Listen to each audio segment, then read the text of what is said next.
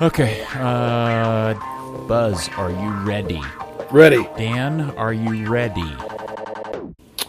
I was born ready.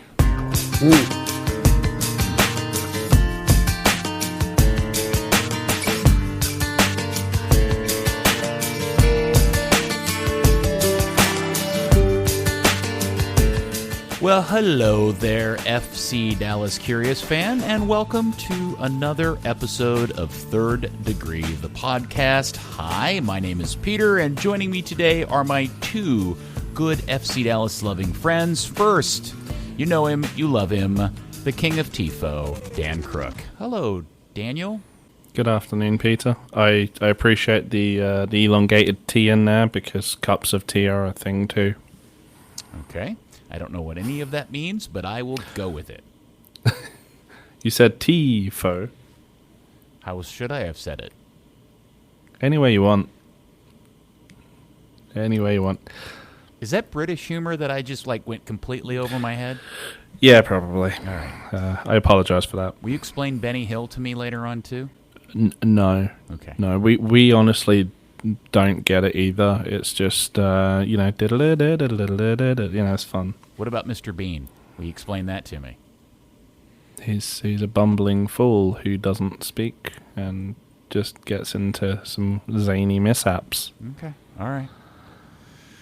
I'll think of more later on. Okay. And from the founder of thirddegree.net and from the Dallas Morning News, your hero and mine, Buzz Carrick. Come in, Buzz.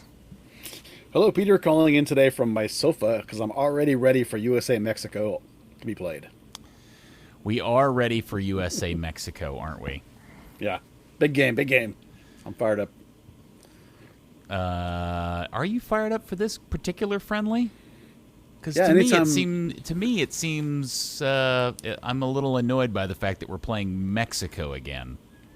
Well, anytime we play Mexico, I get excited, but in terms of this particular game, I'm excited for the start of what looks like the youth movement with Team USA. I mean, Sargent's in, Paxton's in, Desta's in. That's exciting. It's going to be fun. You don't think Pax is going to play tomorrow, do you? No, I don't. I don't think Paxton will play either game. But, nonetheless, there's a bunch of young guys who are going to get some chances, and I'm excited about it. Dan, are you excited? I know you're not from here, and I know you don't give two squirts about the U.S. men's national team, but you got Nations League or something coming up, don't you? Or no, do you guys? Oh, wait, no, you don't. You've got European qualifiers, don't you, tomorrow?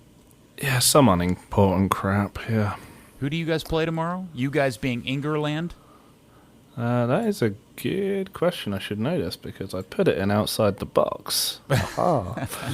Cheap crap You wrote plug. about it 2 days ago. But you've forgotten already. Oh, we play Bulgaria on Saturday. Oh, excellent. Okay.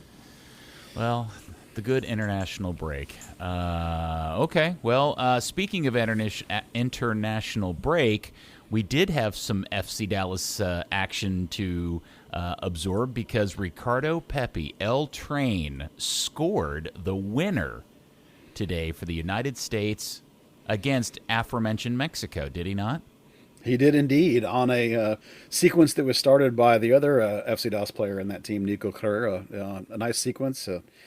It's good to see both those guys went 90 minutes, so positive results for them and positive showing by both of them, so that's good. So that's the U17. Is that a friendly game, or is that in a tournament they're playing in? Or It's a friendly game. They have the U17 World Cup coming up towards the end of this year, so this is part of it's technically a tournament called the Four Nations Tournament.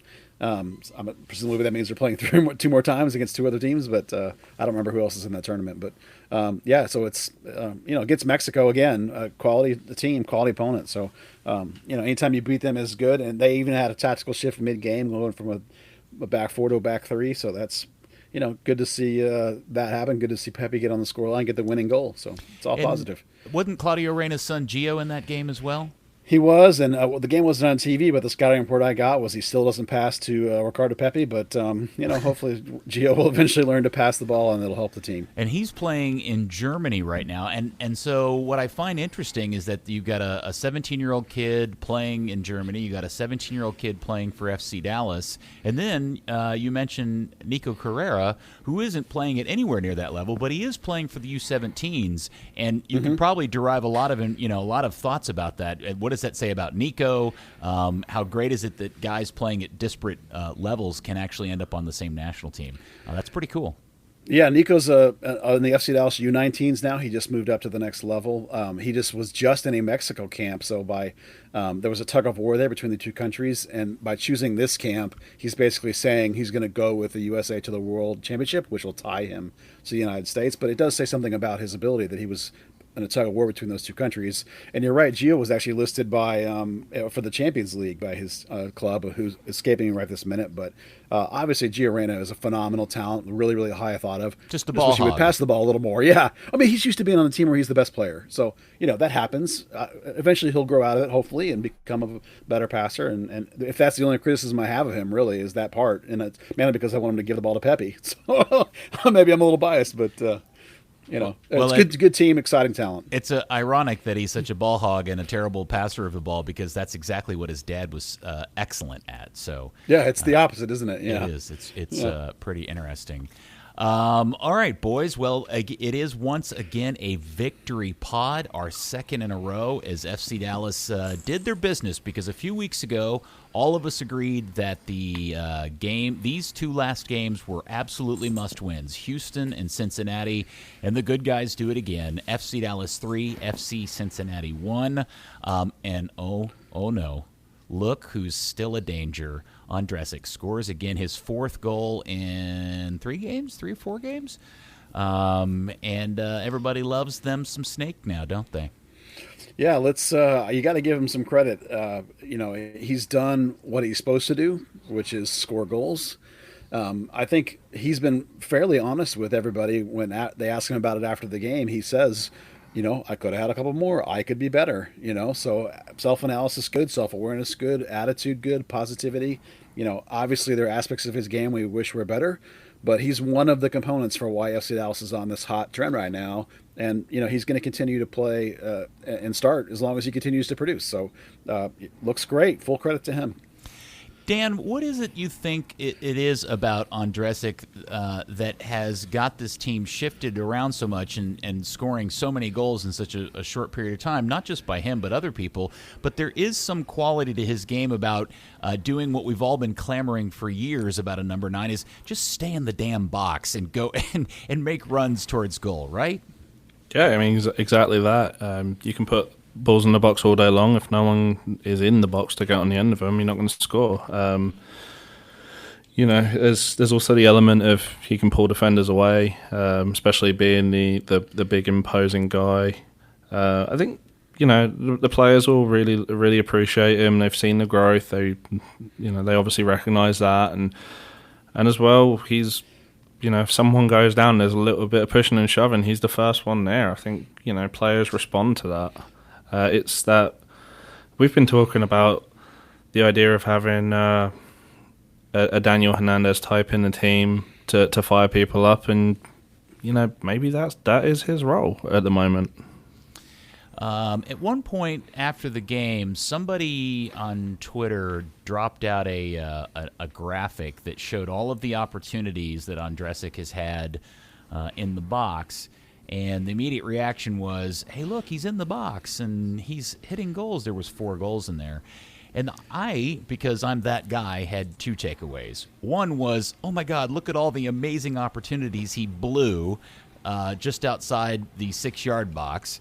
But 2, and maybe more importantly, was, wow, look how well and improved the overall team has gotten about getting the ball to that point in the first place. Because isn't that the thing that's really been dragging this team down, no matter who's been playing at the number 9 position? Just not even getting the ball to that point to begin with. That's the other aspect of what FC Dallas is doing really well right now, based on 2 things. One is the formation change, where they went to the traditional 4-3-3 that gives them an extra man getting forward. And the second was the use of Jesus Ferreira as that sort of attacking free 8 or 10 or whatever you want to call him, taking advantage of the space that Kobra's creating underneath.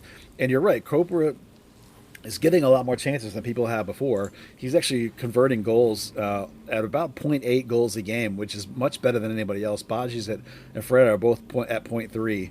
And when you include the amount of shots he's taking, Andresic is only on about 4 shots per goal. So and just about 3 shots on target per goal. So, there is an efficiency there that's better than some of the other options to this point. Of course, we look at the game and we see in each game there's been one at least where you're like, oh, you got to have that one too. You got to convert those. But, it's a combination of multiple factors that are starting to get this team playing in a positive way. And all of them lead to this guy getting goals. And we've talked a lot about the need for a 9 for years here and how much of a difference it makes having a guy play as a 9. And we've talked before last year with Christian Coleman. When he played, the team looks better when you have that real number 9 up there. So, he's not a $20 million 9, but, he's the kind of 9 this team can afford, and he's getting the job done better than anybody else right now.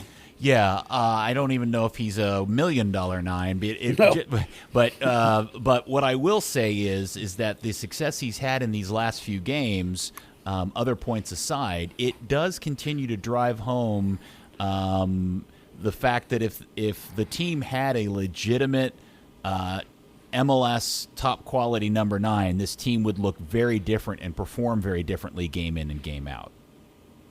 Yeah, I think that's no question. I mean, we've felt for a little bit now that it's far more likely that they were going to develop a 9 than they were actually able to buy one. And whether that would be Ricardo Pepi at some point, or whether that be, in this case, Andresic, who took coaching and changed his game and has turned himself into a serviceable 9. Those two things were far more likely than it is that they're going to go spend the money it takes to get a legit frontline number 9 that we all would wish. Your Chicharito, or somebody of that level or that stature. It's just not going to happen here.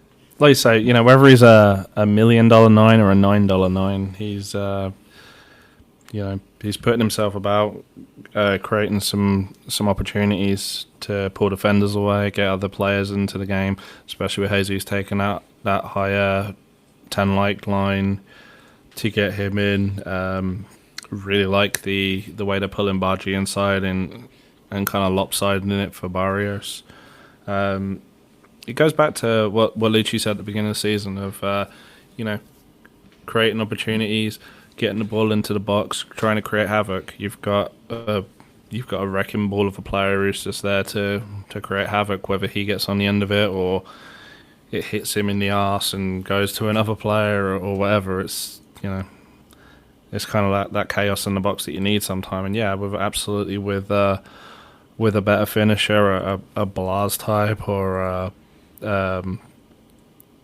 Ibrahimovic or someone, he'd have a hat-trick a game, because those are the sort of the quality of the chances that he's being given. So the one player that I really want to spend some time talking about is Brian Acosta's performance in the game against Cincinnati. I'm not sure I can remember a game where it was as clear as it could possibly be somebody was trying to get a yellow card over the course of 90 minutes. The fouls, the persistent infringement, the debating the referee, the picking of fights, kicking the ball away. I mean, seriously, he wanted to get a yellow card, and I'm guessing that's because he wanted to miss the game against Chicago versus missing the trip to Seattle. And do you think he just did that unilaterally on his own, or was that something they all agreed to from the outset? I didn't think to ask Luchi about that, but I think you're right. I mean, for him to get that many fouls was crazy. My assumption is that because he's going to be traveling and doing the international thing, and it's like he doesn't want to have to fly back in and then immediately fly to Chicago and let's just get it over with. I actually wanted him to do the exact same thing, but a week earlier, because I thought the Cincinnati game was a perfect game for him to miss. Because you could roll out anybody from the FC Dallas squad and beat Cincinnati, in my opinion. They're terrible. So I'm applauding him doing it. I'll have to ask somebody when I get a chance if that actually was a group thing. I bet it wasn't. I bet it was just a Costa thing. And I'm going to get myself a card here and get a game off at Chicago. Speaking of Cincinnati, I don't know about the U2, but oh my gosh, the Roland Lamah experience was on full display at Toyota Stadium, and that is one dude I do not miss. Well, I've already been accused of being a hater, so I'm not going to pile on too much, but I couldn't agree with you more. He's a player that just absolutely frustrates me and tears my hair out, and he does not play or display the kind of attitude that Luchi Gonzalez prefers. So I am not at all surprised that they got rid of him as quick as they could as soon as they realized Luchi was taking over. Let's just establish one thing. As people have also been accused of being haters of Zdeněk Ondrasek, the Snake can defend and will defend far better than Roland Lamar ever will. Yeah, no, that's a totally fair point. Different positions, but yeah, he probably would defend even further back from a higher up position. No doubt about it. Yeah, for sure, he has. And it was nice to see Victor Ulloa again today, although I will concede, as the president of the Victor Ulloa fan club non-family member division, when you throw Victor amongst a much weakened roster, his shortcomings also get to be a bit on display, and you begin to appreciate what you did get out of Victor when he was playing with an improved roster back here in Dallas. Yeah, I mean, Victor's is what he is. He's in the prime of his career. He's developed as fully as he is going to develop. He works hard. He's a great locker room guy, great influence, a great teacher for kids. But he's not going to break games for you. He's not going to make these splitting passes that are going to open up the action. He's a quick ball winner, quickly get it to the guys that are going to make the difference. And if you don't have guys that are going to make the difference, having a guy like Victor doesn't really necessarily help you. And he gets the ball back and he looks up and he's like, okay, where are we going? And there's no one there doing anything. Then he's stuck trying to do something, and it's not his game. I mean, you got to know what you are, and he does, and he plays within himself, and I respect him immensely. But you can see if you don't have any talent around him, he just can't do it himself. He's not that kind of player. And so we step away from this game and we move into the international break. Players are dispersed, and obviously practice coming up this week and today and into next week. They don't play again until the following weekend, where they will travel to Chicago to play against the Fire. I'm assuming at this point now Paxton will be back, assuming everything goes well with the national team and he doesn't pick up any injuries. Paxton's back. Buzz, are you having any sort of concept about what Luchi's going to do with Paxton once the national team spell is over? Yeah, he'll be back in the mix, if you will, between him and Cervania and Ferreira. Three guys for two spots, basically, at this point. You could maybe throw Ja'Cory Hayes kind of in that mix, too, as a deeper 8. But, Ferreira and Cervania are both playing so well that Paxton's not going to necessarily walk right in and steal that starting job back. A big factor this week when they get back, is going to be based on Brian Acosta. That's the big issue. He's missing for this game. Suspension, as we just talked about. So there are basically three options that can happen. The straight swap is you put in Edwin Cerrillo, or potentially Ja'Cory Hayes, but he's not really a pure 6 by himself. Like Edwin Cerrillo is the pure 6. He can do it by himself. That's the straight swap.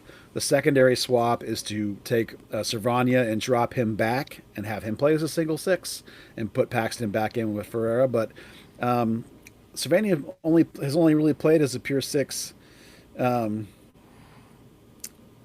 with the U20 team and with the academy. When a team's dominating possession, so it's a little bit of an ask to make him go as a solo 6 with those other two guys in front of him. So that's a hypothetical possibility, but not one I think is super likely. And then the third and final option is some other version of going back to Ryan Hollingshead of all people, or your Ja'Cory Hayes or something like that. So a lot of it is going to depend on how guys come back from their national teams, how their mindsets are, and that's going to depend on how much they play, or if they play too much, or if they get worked into the ground. So there'll be a lot of the guys will come back on Wednesday, I believe, next week, most of them. So Luchi will have 3 days basically to decide who's fresh, who's ready, whose mind is right, and get a lineup out there. Is there any sense on your part that Baji is the one that ends up getting sacrificed out of this to reinsert Paxton? No, I don't think so, because Santiago Mascara is also back this week.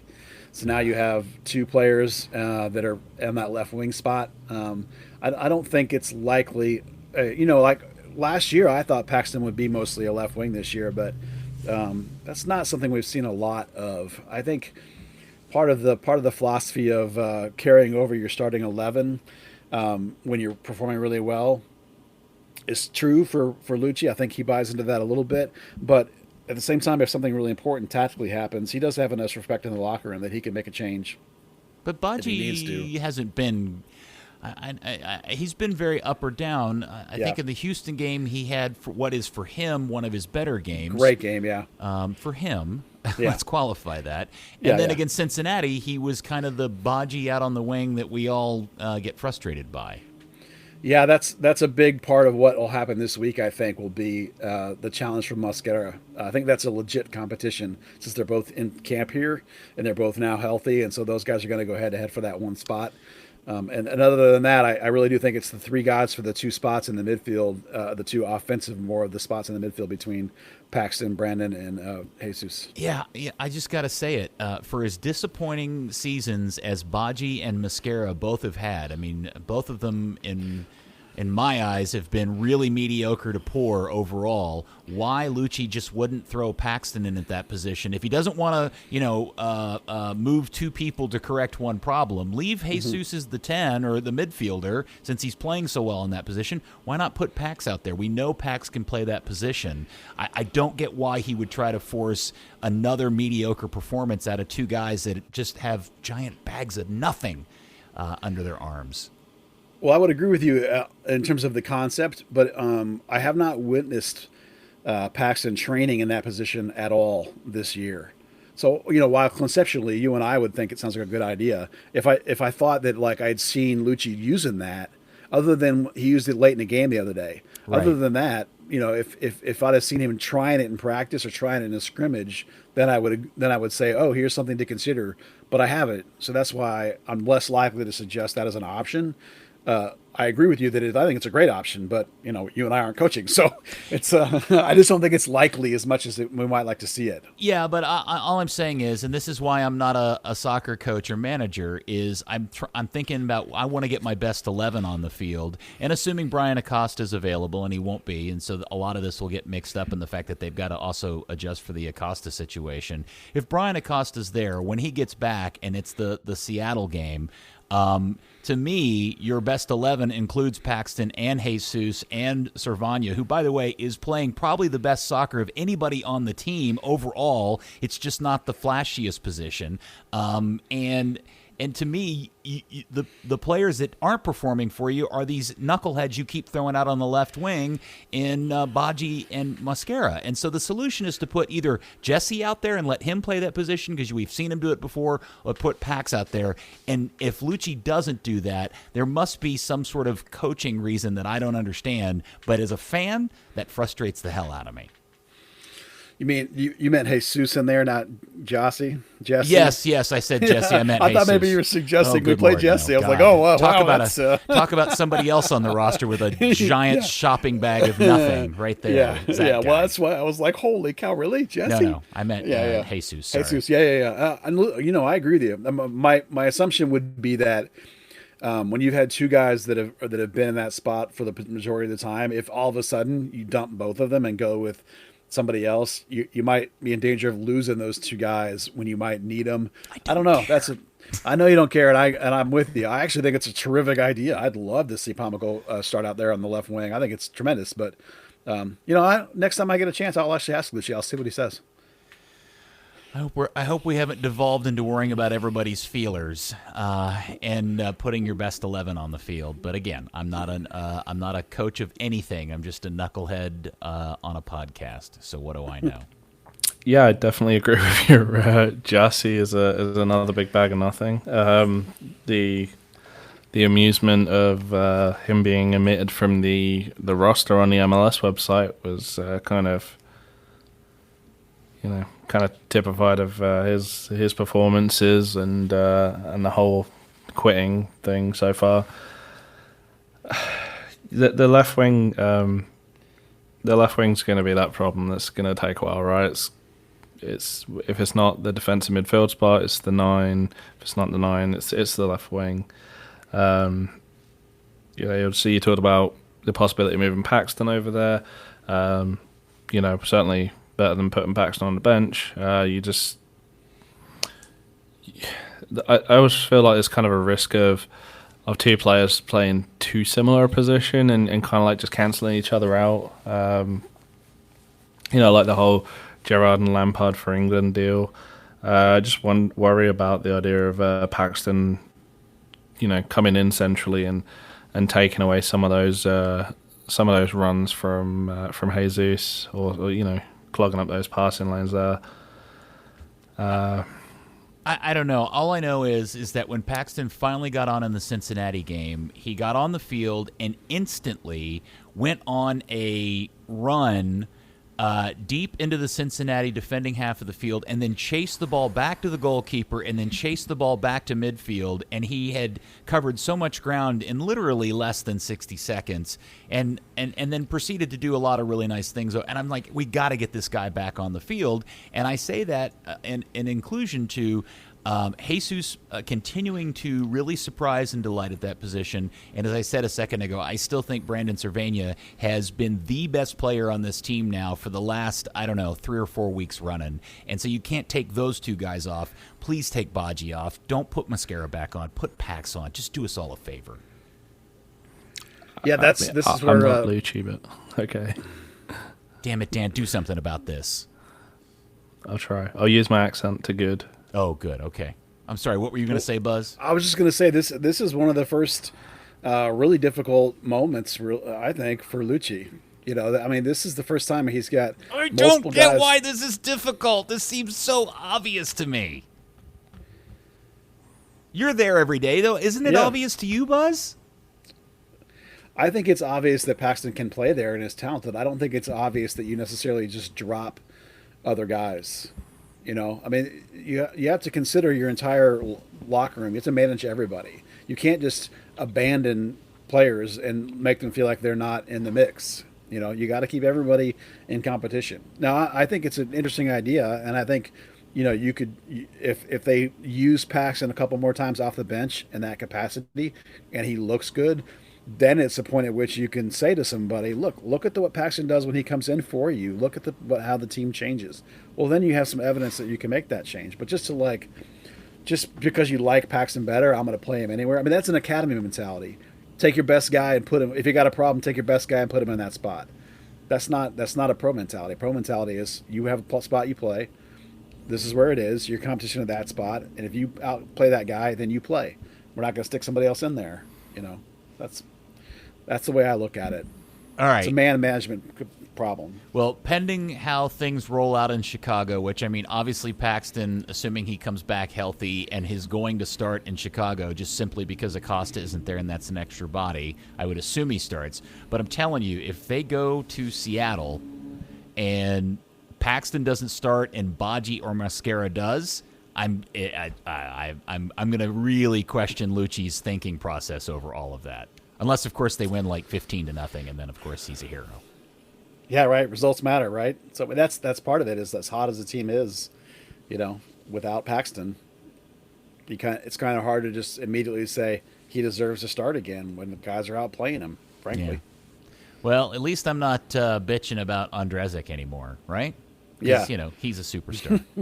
He's far from a superstar, but there's actually something I wanted to talk about that I witnessed in training today, and it's related to the idea of confidence. Because wait, hold on a second. Did you guys see the incident where he had to change his shorts? Yeah. So, am I wrong, or was he going commando? I didn't see the actual shot of him changing his shorts. Because there was this mad scuttle to get some towels up to shield him from the rest of the stands. But it wasn't a big towel, and I'm not 100% convinced he wasn't commando when he changed his shorts.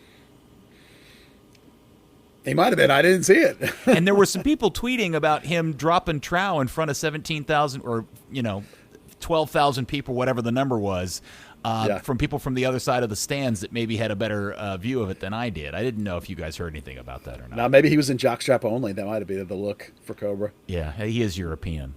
Yeah. Banana hammock. All right. Sorry, Buzz. I didn't mean to interrupt your observation with No, My observation. yeah, it's what I wanted to say was that even just from the last month, the guy that I'm seeing that I saw in training today on Dresic is completely different than the guy I was seeing a month ago. It's related to obviously confidence. You know that he finally. The first thing is he finally adapted to Luchi ball and did what Luchi asked him to do, and that's what got him playing time. And now he's produced, right? So he's feeling good about himself. He's feeling like a starter. The entire way he carried himself today, completely different from what it was a month ago. Now he's out there. He almost has a presence about himself now. All of a sudden, he sort of commands attention, and he's directing the group he's with, and he's demanding better play from them, and he's, to be honest, he's getting to balls that he never got to before. He's scoring and shooting chances that he never has scored and finished before. It's like a completely different player. It's I was blown away. I'm like, who is this guy? And what have you done with the snake? Because this is Kobra, not Snake. So he still has deficiencies in his game, but he's beaten defenders to the balls right and left, which he didn't always do before. He was finishing like crazy, and he was blasting goals from top of the box, which he doesn't do. I couldn't believe it. I couldn't believe what I was seeing. And I even asked Luchi about it, and he said, it's amazing what confidence does for a guy. You're looking at a guy that's taking on the leadership aspect, and the team's feeding off of it. So as long as he keeps producing, he's going to keep playing. It's a true axiom for any discipline, whether it be sport or anything else in the world. Confidence really is a number one driver of success, and we've seen that time and time again, right, Dan? Absolutely, and particularly, a striker, that is a confidence position. If you don't think you're going to score, you're not going to score. If you don't think you're getting to the ball first, you're not. I mean, you can play attacking mid pissed off. You can play defense with an axe to grind. You can play anywhere else, but striker, it's all it's the most mental position on the field. All right, so let's talk a little bit about the schedule coming up, because there are just a handful of games left. The 2019 season is about to get into that weird dead sprint, and where the stuff gets really serious. That's why they play through the international break. I said that sarcastically, by the way. Yeah. So Dallas goes to Chicago, goes to Seattle, and then they have New York City FC at home, and then they go to Colorado, and then end the season against Kansas City. By the way, they have beaten all of the remaining teams they have left, with the exception of Chicago and New York, who they have yet to play. But those are New York in particular is probably the best team remaining on the schedule. Although the road game to Seattle in a couple of weeks is probably the hardest game they've got left on the schedule. Yeah, thankfully they're getting New York at home. I mean, the home record for Dallas, or for anybody at MLS, is really strong, but Dallas's home record is particularly good. The Seattle road game is a place they've won once, I think, in 20 tries. I mean, that's ridiculous. I mean, the Fire is a beatable team even on the road. Colorado's beatable on the road, and Sporting is beatable at home. So, it's whether you can get anything at Seattle and can you beat New York at home. That may be the deciding factors in whether you're getting in or not. Because just 6 points isn't going to do it, I don't think. I think you need more like 7 or 8 to get in. Dan, the table in the Western Conference is stuffed like sardines. Second place is 46 points with the Sounders. And let's see, 8th place is just 6 points lower with the Timbers with 40 points. And by the end of next week, everybody will have played the equal amount of games. Yeah, it'll be interesting here in Dallas to see how everything comes out without everyone having that game in hand, because unless people get 3 points out of it, it really doesn't matter. I know 358 are still saying that Dallas finishes just outside. It's going to be kind of interesting to see what really comes of it. We're going to have Seattle playing Colorado with missing 10 players and their assistant coach. Something that you would really consider a gimme 3 points for Seattle more often than not. This international break and Dallas sitting it out could really be very advantageous for them. Yeah, one of the more interesting notes about the upcoming remainder part of the schedule league-wide related to Dallas are two games that won't involve them but will directly affect them. Portland and Kansas City still have to play each other twice, home and away. That is actually coming up after I don't know when the first game is. It's both those teams' next game. And then the next to last game for both teams is that matchup at Kansas City. And then, of course, Dallas finishes the season against Kansas City. That, I think, in particular, will be a pretty interesting one. I continue to believe RSL, which is an odd, interesting team in itself, has a mixed bag. They've got San Jose, Minnesota, San Jose at Minnesota, at New England. Then they have the Galaxy, Houston, and at Vancouver to close the season. And with the same amount of points and a game in hand, that is, as I said a couple weeks ago, I still think that's a team Dallas really needs to hope doesn't find their form in these last 5 or 6 weeks. A couple of Portland Sporting 1-1 draws would be good. If those teams tie each other a little bit, that'd be nice. Yeah, for an early Christmas present, that would be great. I actually asked Luchi today about why Dallas is off this weekend, and this is an interesting story. I think it's interesting. It turns out that right about this time right now, in fact, the league goes to the team's leadership about next season and about the international windows and stuff like that. And Luchi said specifically that this season we're currently in, there were three international windows that they had a choice to play in. And if you choose not to play in the international window, you get an added Wednesday game. That's basically the trade-off.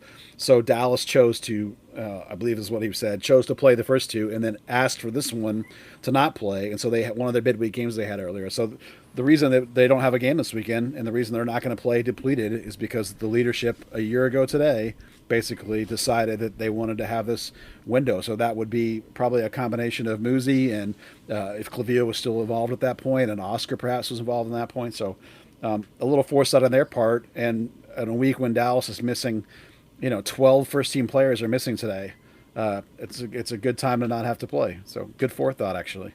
Yeah, and for anybody who hasn't been paying attention, Seattle has a game coming up also on, I think, Saturday against Colorado. And I was listening to something, and they were listing off, they're going to have to call up a maximum number of hardship call-ups from the Defiant to fill out a roster for that game against Colorado because they're so depleted from national team call-ups and injuries. And this is a makeup game, by the way, from the snow game that got canceled earlier in the year in Colorado. So Dallas also gets an advantage, and Seattle gets screwed a little bit playing on the international break at a low point.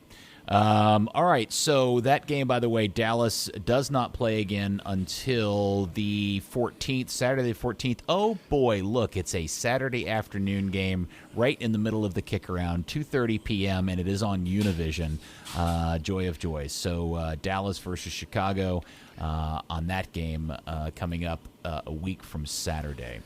And I'll be there. Are you going to the game, really? Yeah, I'm taking Brimstone Cup. Oh, excellent. What will happen to the Brimstone Cup if Chicago successfully rebrands? Will they just sunset the Brimstone Cup? Has there been any conversations about that? I haven't heard anything, but FC Dallas rebranded, and it's still there. Oh, that's true. Didn't think about that.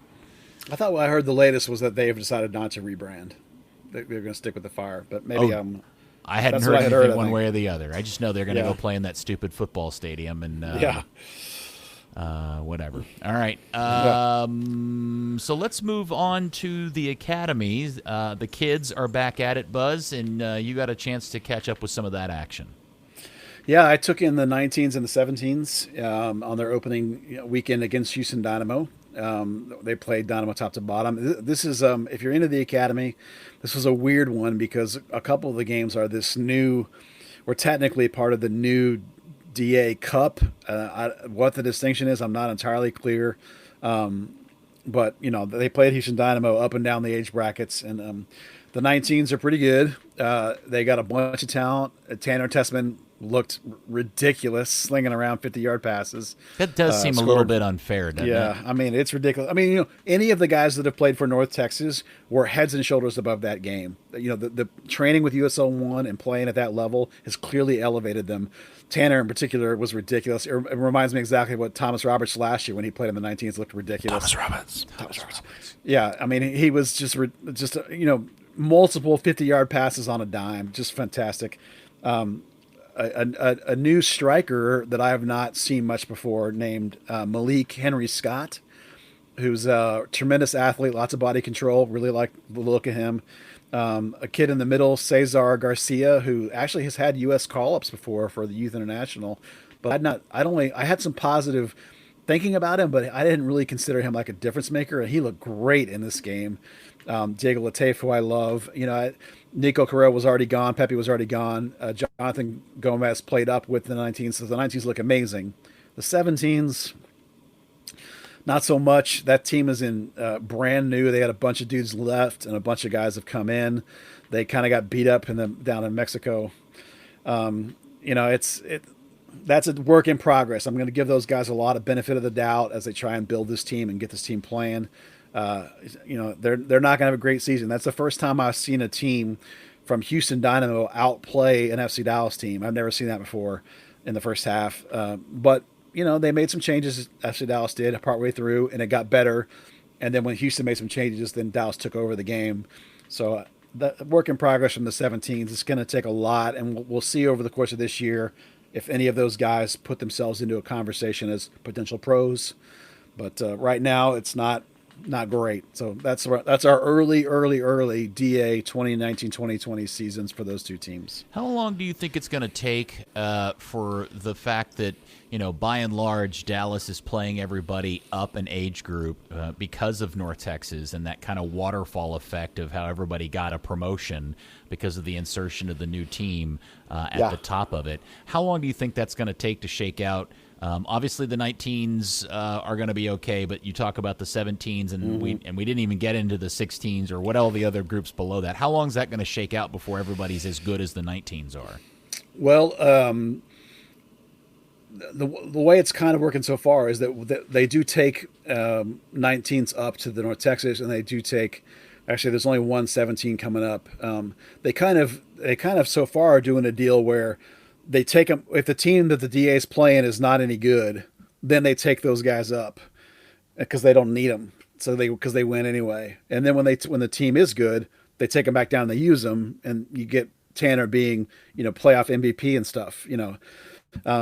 So there's a balance that they're working there, and we'll have to see how this new structure of the DA goes, where they've made these two tiers to try and give the best teams better teams to play against. So the Dallas teams are still going to be pretty good because of the fact they move guys up, down, up, down, up, down constantly.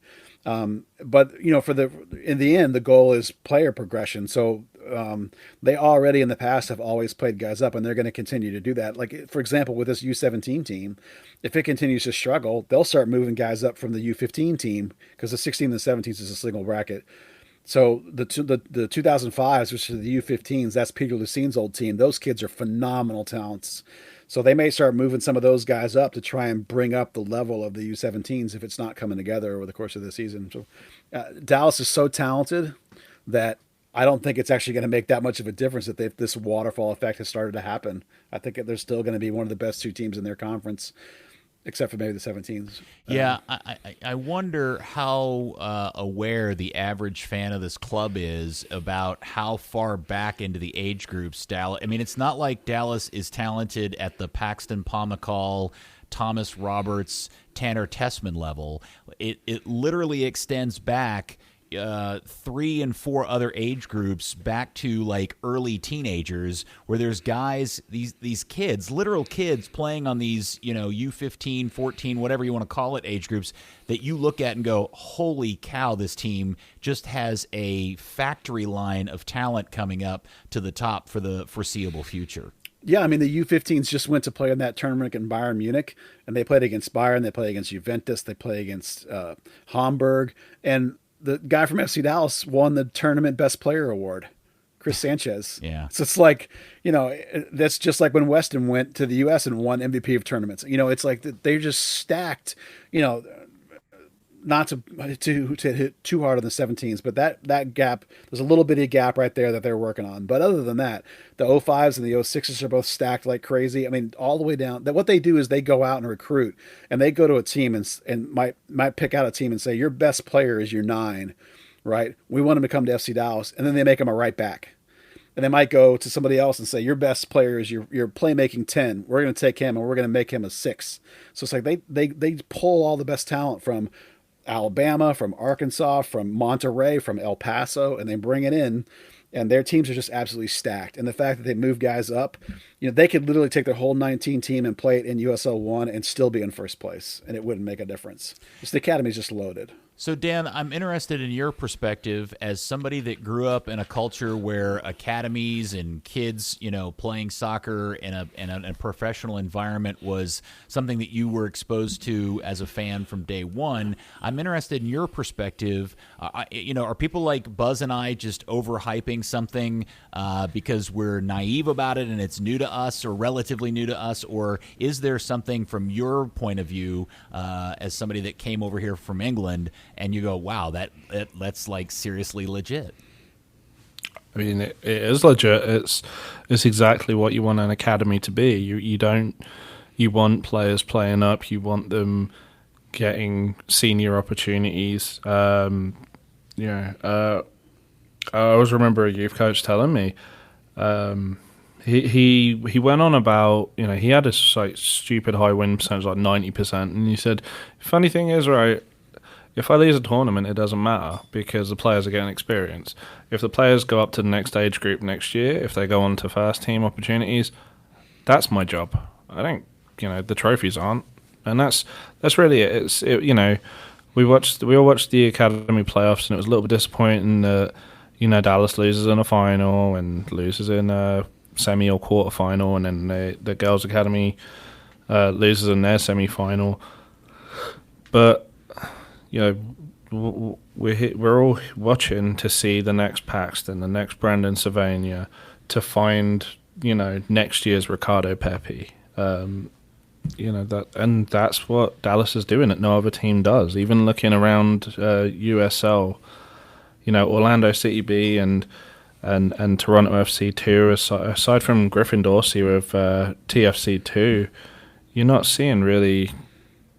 A whole lot of player movement and really taking advantage of the full DA to USL to MLS pathway that you've got. I mean, FC Dallas spearheads that, and there's a reason that clubs are striving to replicate what FC Dallas is doing in that area. And this hasn't gone much heralded, but a Dallas area soccer player has been signed by Real Madrid. Yeah, it's not necessarily like the Weston McKinney pathway, but Chioma Ubagagu, a women's soccer player who grew up in Capel, played for Capel High School. She just left the Orlando Pride and signed for CD Tacon in Spain. That is Real Madrid's new women's team that they just purchased. They've moved them to the Alfredo Di Stefano Stadium, Real Madrid's reserve team stadium. They're pumping money into them. They've signed some crazy players like Aurelie Cassie, Kosovari Aslani, who's 130 odd caps for Sweden, just scored at the last World Cup. Cassie is a 4 times Champions League winner. They're just kind of signing players left, right, and centre and trying to build the female Galacticos. So to see Chioma signed is kind of a cool thing for DFW with the first ever women's El Clasico coming up on Saturday. That is great news and fascinating. What is her name again? Chioma Ubagagu. Excellent. All right. Well, good luck to her and congratulations. That is a a pretty big deal. And we're recording this on Thursday the 5th. It'll come out later tonight. And this also, unfortunately, is the anniversary of the death of Bobby Rhine, who was the face of this club for a very long time, dating back to its original Burn days. There was a great article by Charles Boheim on MLS Soccer today where he interviewed his widow, Bevan, who's one of the nicest people you could possibly meet. She's the sweetest thing. And I got to tell you, I really enjoyed Charles's article, specifically when he started getting into the part about Jake, his Ryan's older, Bobby's older son, who looks like him, runs like him, plays like him, and the struggle that he's going through in debating and weighing, is he still enjoying playing this game or is he only playing it because he feels like he needs to do that to keep a connection with his dad? And man, what an emotional story that is, and we all miss that guy so much. Yeah, Bobby and I were friendly, as I'm often friendly with players. That's not the same as being a friend. But then Bobby went into television, and I worked with him a bunch on FC Dallas games. I occasionally work on FC Dallas games, and I worked with Bobby a whole bunch, and had many conversations with him about what his dreams were, and specifically his last dreams that he talked to me about were someday calling games on the World Cup. That was he had transitioned to broadcasting and that was where he was going, and that's where he was excited about. And we talked about broadcasting, and we became friends. And every time this day rolls around, I always get a little melancholy thinking about him. But just honestly, one of the best human beings that I've ever known in my life. Phenomenal guy. And this club is worse for not having him around. And as far as I know, since he passed away, they have yet to actually get somebody into his old role of like that community liaison, getting out with the community and interacting with fans and trying to build the brand name. And I wish they would try and get somebody to take on what Bobby had taken on himself and made like his calling in life, to try and build this club and help this club in every way possible. It's funny you mentioned that, because in Charles Boheim's article, he's interviewing, I think it's Marco Ferruzzi, who makes a comment that along the lines of, if Bobby was still alive today, I'm 99% sure, and I'm paraphrasing here, I would be working for him. And I read that to believe that maybe, he believes that Bobby would be running the club at this point. And I was trying to recall, was Dan the president of FC Dallas at the time Bobby passed away? I don't think he was. I don't think he was. He took over after... Doug Quinn's departure, I believe, is when Dan took over. So that wasn't that long ago. It was only 4 or 5 years now, I think, that Dan has been the president of the team. And it's fascinating because Marco says something that I had never thought of before, but when you think about it, it totally makes sense. You could totally see Bobby in another universe or a parallel universe being the president of this club, running this club in that position. He would have been perfect and ideal in that role. He would have been fantastic. That would have been a natural progression for him. He was the face of the franchise. He loved this franchise, just as much as anyone ever loves any team, and he fought and bled for it on and off the field, and they've never replaced what he brought to the table. Yeah, like you, Buzz, I was more of an acquaintance of Bobby's. We were people that knew each other. I would never claim to be his friend because we never hung out or anything like that. We just knew of each other, and he had come on the old radio show and things like that. I'll never forget the day, and I'm 90% sure it was you, Buzz, that sent me the message, however we used to communicate 8 years ago. I don't remember if it was text or email or phone call or MySpace. I don't remember what it was, where you sent me the note giving me the heads up that Bobby had died. And it was still not announced. And you couldn't tell anybody else, but that was the hot and fast word running around, was that he had died while working out or playing in Florida on vacation, and the announcement was coming through. And I was like anybody, it was shocking when it happened. I don't know if you remember that as well, but the thing that I take away from that entire experience of Bobby's death and his funeral was this. So the day the funeral happens, there was the event at the church, and then his burial was across the street at Restland by North Park Mall. And that experience was so important to me because there was this insane collection of guys who I thought were people I only kind of knew because they were soccer players playing for my favorite team or had played for my favorite team.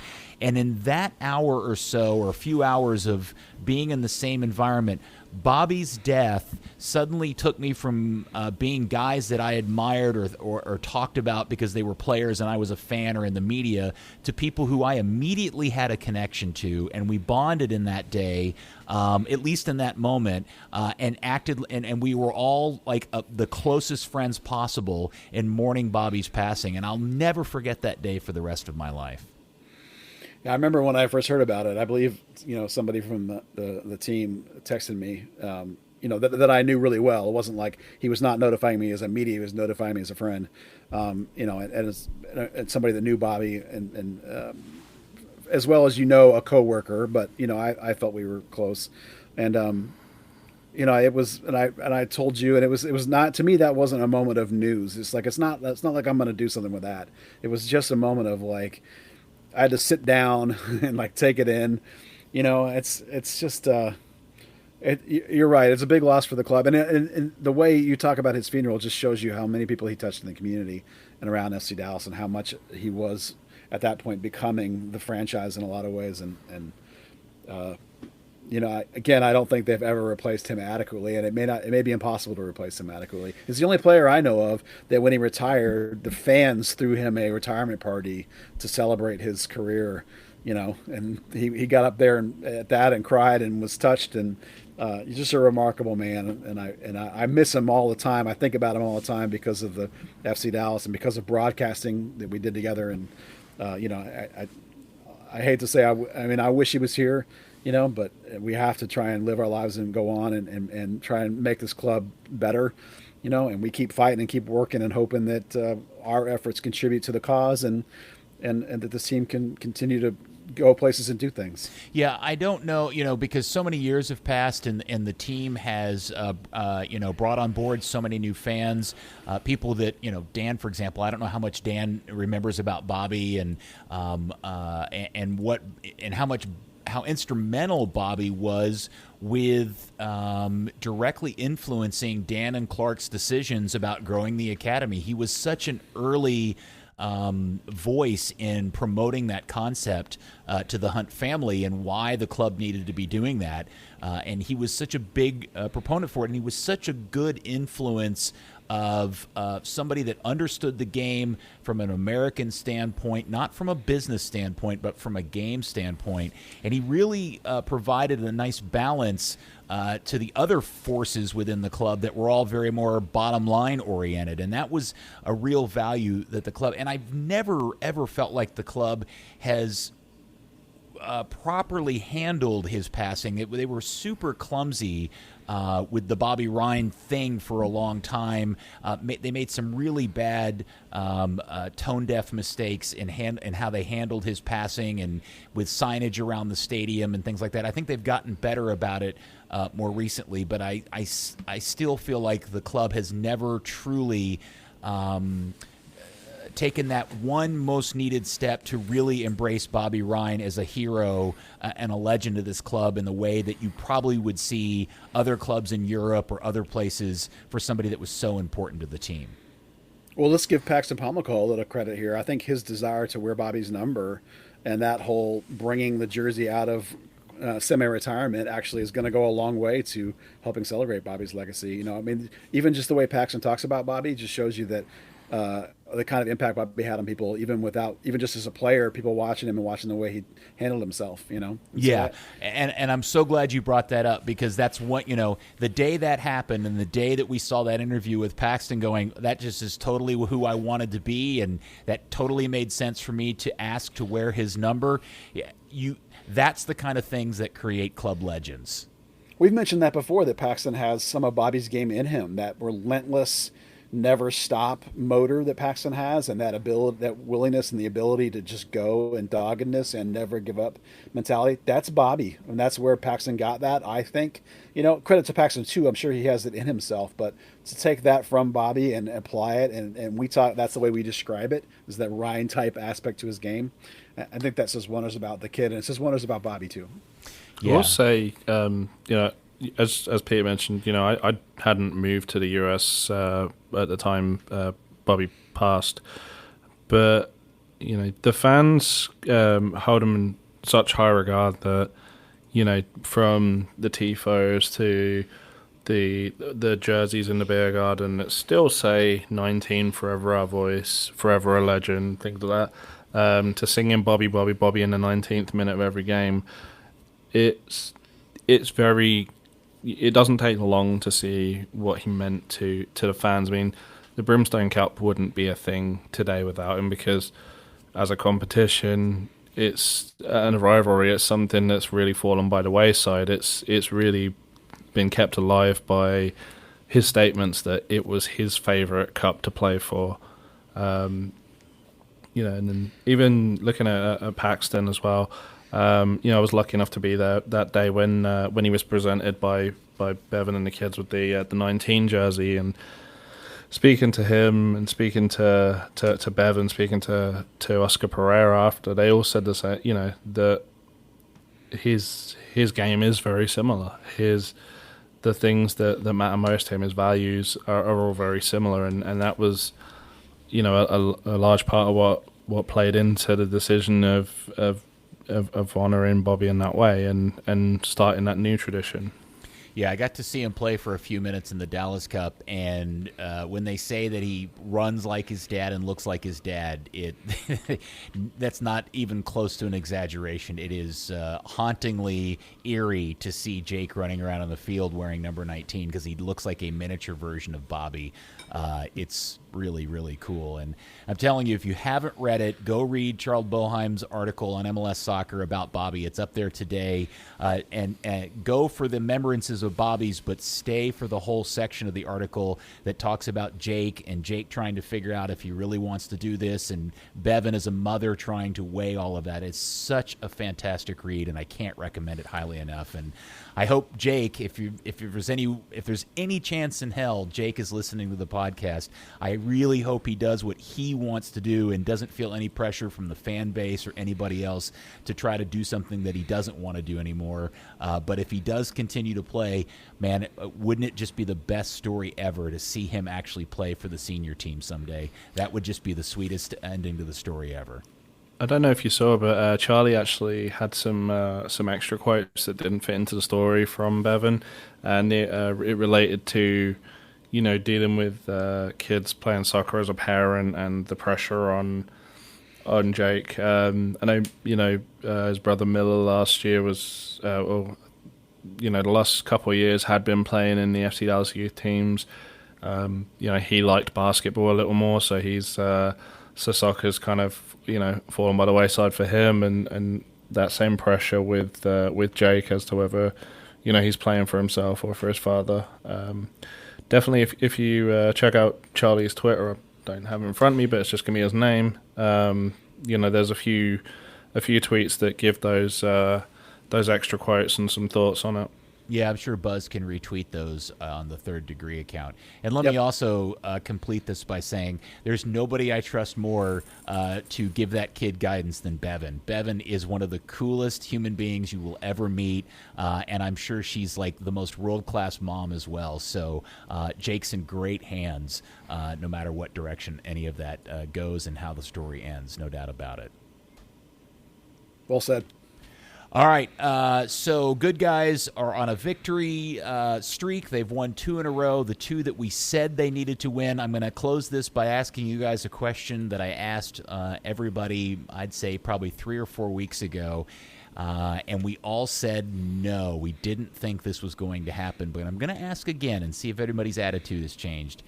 With 5 games to go, let me put it this way, with 5 games to go, do the Huntsmen make the playoff? Dan? I said yes at the time, and I'm still saying yes. I don't think you did. I think you changed your vote. I've said they'll get 6th place since the start of the season.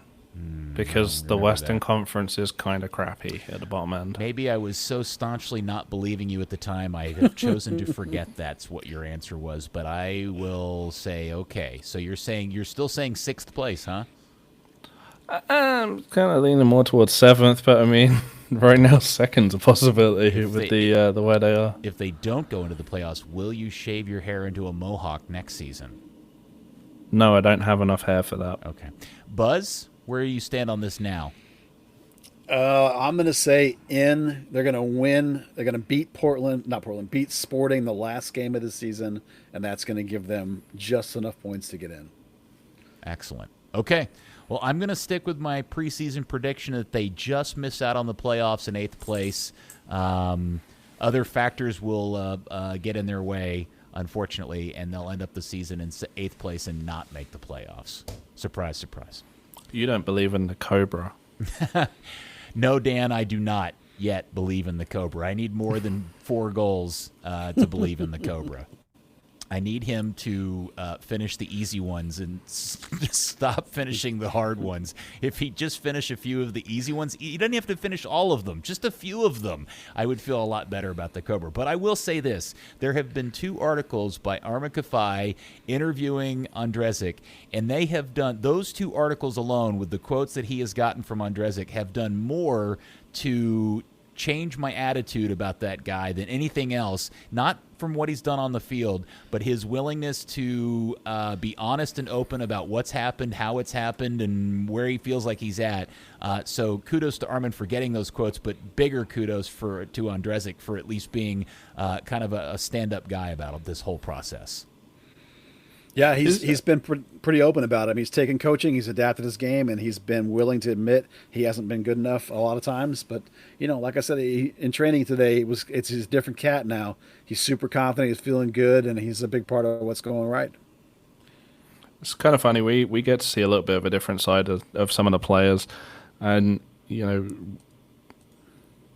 we do root for guys like Ondrejcic and Coleman, good guys who work hard, and they're the type of players you want. You just wish that they could put it all together, and, if he's scoring, that's at least the part he needs to put together right now. Maybe I need to be super ballsy and make a bet that if Ondrejcic scores the winning goal in MLS Cup 2019 or even 2020, I'll get a Kobra tattoo. Wow. Now, I'm not saying I will absolutely do that. I'm saying maybe I should consider doing that. Sounds like a show bet for the kick around. Yeah, I think you said it on record. No, I'm still saying I'm qualified. See, here's the problem. I don't have any tattoos because my mom has told me all my life if I ever get a tattoo while she was alive, she'd kill me.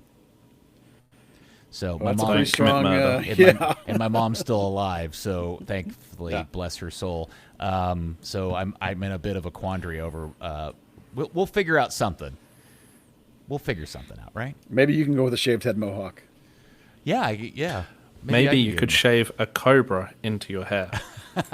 Like you, Dan, I'm short on the hair. Well, maybe I could shave it into my the bathroom mat growing above my butt for the last decade. I could shave it into there. How about that? Yeah. Like a tramp stamp kind of thing. There you go. Full back tattoo. All right. Bless you, Bobby. We miss you desperately. Blessings to his family, because those are great people, and we wish them the very best. All right. So we will, hopefully things will go well for the national team, and we'll have a bunch of cool stuff to talk about. Dan, thank you for your participation in today's episode. Buzz, thank you as always. And thank you, good FC Dallas Curious fan. We will talk to you next time on the next edition of Third Degree, the podcast.